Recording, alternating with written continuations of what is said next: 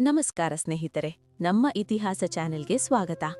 ಭಾರತದ ಇತಿಹಾಸದಲ್ಲಿ ಉತ್ತರ ಭಾರತದ ಮಹಾ ಸಾಮ್ರಾಟನನ್ನೇ ಸೋಲಿಸಿದ ದಕ್ಷಿಣ ಭಾರತದ ಮಹಾರಾಜ, ದಕ್ಷಿಣ ಪಥೇಶ್ವರ ಎಂಬ ಬಿರುದನ್ನು ಪಡೆದ ಚಾಲುಕ್ಯ ಸಾಮ್ರಾಜ್ಯದ ಶಕ್ತಿಶಾಲಿ ರಾಜ ಇಮ್ಮಡಿ ಪುಲಿಕೇಶಿಯ ಬಗ್ಗೆ ಇಂದು ತಿಳಿಯೋಣ. ಇಮ್ಮಡಿ ಪುಲಿಕೇಶಿಯು ಚಾಲುಕ್ಯ ವಂಶದ ಅತ್ಯಂತ ಪ್ರಸಿದ್ಧ ರಾಜ. ಈತನ ತಂದೆ ಕೀರ್ತಿವರ್ಮ. ಕೀರ್ತಿವರ್ಮನ ಸಾವಿನ ನಂತರ ಪುಲಿಕೇಶಿಯು ಅಪ್ರಾಪ್ತನಾದ ಕಾರಣ ಪುಲಿಕೇಶಿಯ ಚಿಕ್ಕಪ್ಪನಾದ ಮಂಗಳೇಶ ಅಧಿಕಾರಕ್ಕೆ ಬಂದನು. ಪುಲಿಕೇಶಿಯು ಪ್ರಾಪ್ತನಾದಾಗ ಮಂಗಳೇಶ ಸಿಂಹಾಸನ ಬಿಟ್ಟುಕೊಡಲಿಲ್ಲ. ಹಾಗಾಗಿ ಪುಲಿಕೇಶಿಯು ಮಂಗಳೇಶನ ವಿರುದ್ಧ ಯುದ್ಧ ಮಾಡಿ ತನ್ನ ಸಿಂಹಾಸನವನ್ನ ಪಡೆದುಕೊಂಡನು. ಇಮ್ಮಡಿ ಪುಲಿಕೇಶಿಯು ಅತ್ಯಂತ ಶಕ್ತಿಶಾಲಿ, ಧೈರ್ಯವಂತ ಮತ್ತು ಯುದ್ಧ ಕೌಶಲ್ಯವನ್ನ ಹೊಂದಿದ್ದ ರಾಜನಾಗಿದ್ದನು.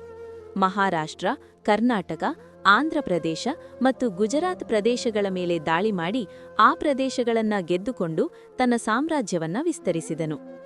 ಉತ್ತರ ಭಾರತದ ಶಕ್ತಿಶಾಲಿ ಹಾಗೂ ಉತ್ತರ ಪಥೇಶ್ವರ ಎಂಬ ಬಿರುದನ್ನು ಹೊಂದಿದ್ದ ಹರ್ಷವರ್ಧನ ದಕ್ಷಿಣ ಭಾರತ ಗೆಲ್ಲಲು ಪ್ರಯತ್ನಿಸಿದ. ಉತ್ತರ ಪಥೇಶ್ವರ ಮತ್ತು ದಕ್ಷಿಣ ಪಥೇಶ್ವರ ಇವರಿಬ್ಬರ ಸೈನ್ಯವೂ ನರ್ಮದಾ ನದಿಯ ದಡದಲ್ಲಿ ಬಂದು ನಿಂತಿತು. ನಂತರ ಯುದ್ಧ ಪ್ರಾರಂಭವಾಯಿತು.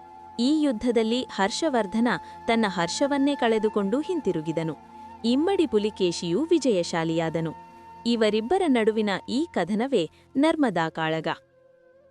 ಹುಯಾನ್ ಸ್ಯಾಂಗ್ ಭಾರತಕ್ಕೆ ಬಂದಾಗ ಪುಲಿಕೇಶಿಯ ಸಾಮ್ರಾಜ್ಯವನ್ನ ಪ್ರಶಂಸಿದನು. ಪುಲಿಕೇಶಿಯ ಸಾಮ್ರಾಜ್ಯವು ಶ್ರೀಮಂತವಾಗಿತ್ತು. ಅಲ್ಲಿನ ಜನರು ಸಂತೋಷವಾಗಿದ್ದರು. ಆಡಳಿತವೂ ಉತ್ತಮವಾಗಿತ್ತು.